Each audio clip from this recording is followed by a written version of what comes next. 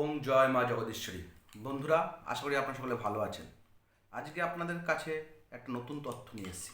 যে তথ্যটা শুনলে আপনাদের আগামী দিনে এতদিন যে জিনিসগুলো আপনারা জানতে পারেননি সেটা কিন্তু জানতে পারলে আপনাদের সকলের কিন্তু মঙ্গল হবে। কারণ একটা কথাই বলি, সকল সমস্যা থেকে মুক্তির একটাই নাম তান্ত্রিক রুদ্র। তাই যারা যারা আমার চ্যানেল ইতিমধ্যে দেখেছেন, লাইক করেছেন, শেয়ার করেছেন, সবাইকে ধন্যবাদ। যারা প্রথম আজকে দেখছেন তাদের কাছে একটা কথাই বলো, শোটা ভালো লাগলে অবশ্যই চ্যানেলটা সাবস্ক্রাইব করবেন, অবশ্যই শেয়ারটা করবেন, যাতে নিত্য নতুন যে ভিডিওগুলো আপনাদের আমি করে থাকি, যে গুপ্ত গুপ্ত রহস্য বিদ্যা আপনাদেরকে আমি বলে থাকি, সেগুলো আপনারা জানতে পারবেন। আর সেই বিদ্যাগুলো যদি আপনারা প্রয়োগ করেন, অবশ্যই আপনার জীবনে উন্নতি আসতে বাধ্য। দেখুন, প্রত্যেকে আমি একটা কথাই বারবার করে বলবো যে যা কিছু করবেন জেনে শুনে করবেন, না জেনে শুনে হয়তো কারোর পাল্লায় পড়ে কোনো কিছু করবেন না।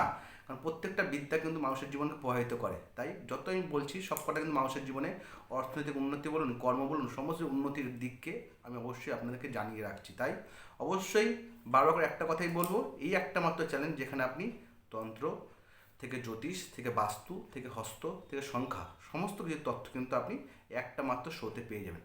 তাই অবশ্যই শোটা ভালো করে মানে প্রথম থেকে নিয়ে শেষ পর্যন্ত দেখবেন। আর ভালো লাগলে অবশ্যই শেয়ার করবেন আর চ্যানেলটাকে সাবস্ক্রাইব করে নেবেন।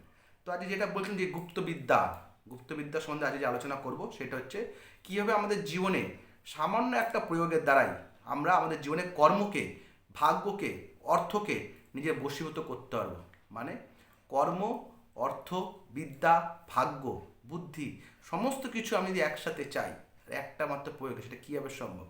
সেটা সম্ভব যারা জানে তারাই একমাত্র আপনাদেরকে বলতে পারবে সেটা কীভাবে সম্ভব। মনে রাখবেন, আমাদের সবার সামনেই আমরা সকালে ঘুম থেকে উঠি, আমাদের সকলের সামনে কিন্তু এক প্রথম দেবতা যিনি থাকে সেটা সূর্যদেব। তাকে কিন্তু আমরা সকলেই নমস্কার করি। সেই নমস্কার পদ্ধতি হয়তো আমরা ঠিকমতো করতে পারি না, বা ঠিকমতো সকালে ডিউটি যাওয়ার সময় অর্ঘ্য দিতে পারি না, বা অর্ঘ্য জিনিসটা আমরা জানি না, বা আমরা কোনো রকমভাবে মানে সূর্যদেবকে প্রণাম করার মন্ত্র বা প্রণাম করার বিধি জানি না। কিন্তু আমি যেভাবে আজকে সরলভাবে আপনাদের জিনিস একটা বলে দেবো, যে জিনিসটা সামান্য একটা জিনিস, বাট গুপ্ত বিদ্যা আপনি প্রয়োগ করলে কিন্তু অচিরেই সূর্যদেবের আশীর্বাদ কিন্তু আপনি লাভ করতে পারবেন। তো সেই বিদ্যাটা কি? সেই বিদ্যাটা যদি জানতে হয় শেষ পর্যন্ত কিন্তু দেখতে হবে। কী করতে হবে আপনাকে?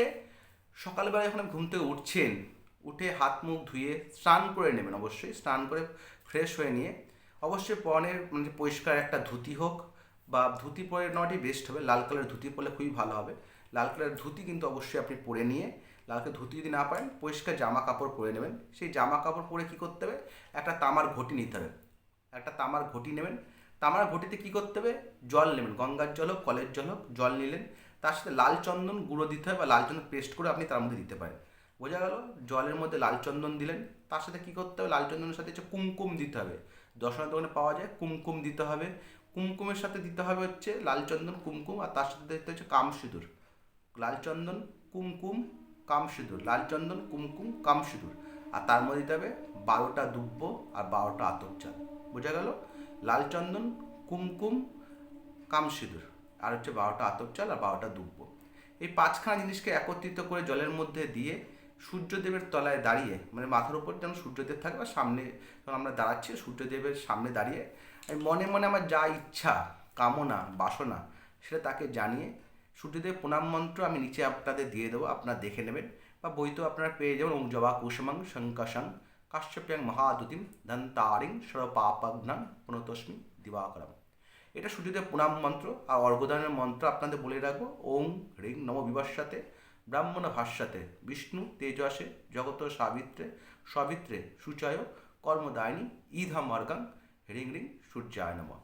এটা হচ্ছে অর্ঘ্যদানের মন্ত্র। তো অর্ঘ্যদানের মন্ত্রটা, প্রণাম মন্ত্রটা আমার চ্যানেলেই আপনি পেয়ে যাবেন। তাই আর বারবার করে আমার বই ঘুটে দেখার দরকারও পড়বে না, সেটা আমি দিয়ে দেবো আপনাদের লিঙ্কে। তো সেটা আপনারা দেখে নেবেন। তো এইভাবে আপনি এই পাঁচখানা জিনিস যেটা বললাম, লাল চন্দন, কুমকুম, কামসিঁদুর, 12টা দুব্য, 12টা আতপ চালের জলের মধ্যে নিয়ে সূর্যদেবের তলায় দাঁড়িয়ে যদি শুধু মনে মনে যদি অর্ঘ্যটা দেওয়া যায় আপনার মনের সমস্ত কামনা বলে, তাহলে কিন্তু অবশ্যই আপনার জীবনে কিন্তু কর্ম বলুন, অর্থ বলুন, ধর্ম, মোক্ষ বলুন, বিদ্যা বলুন, বুদ্ধি বলুন, এমনকি রোগ ব্যাধি পর্যন্ত নাশ হবে, এটা গ্যারান্টি সহকারে প্রমাণিত। কারণ আমার যে টোটকাগুলো সব সিদ্ধ টোটকা, গুরু থেকে প্রদত্ত টোটকা। তাই এই গুপ্ত বিদ্যাগুলি আপনি প্রয়োগ করেন তো জীবনে আপনার কিন্তু অবশ্যই কিন্তু সুফল আসতে বাধ্য। যারা কারিকারি রত্ন, যা যা কারিকারি কবচ নিতে পারছেন না, তারা কিন্তু অবশ্যই এগুলো প্রয়োগ করবেন, এতে কিন্তু আপনার জীবনে অবশ্যই উন্নতি আসতে বাধ্য। তাই আজকে এই পর্যন্ত রাখি, নেক্সট এপিসোডে আপনাদের দেখাবে আর নতুন বিদ্যা, নতুন নতুন এপিসোডে আপনাদের নতুন তথ্য নিয়ে আপনাদের সামনে আসবো।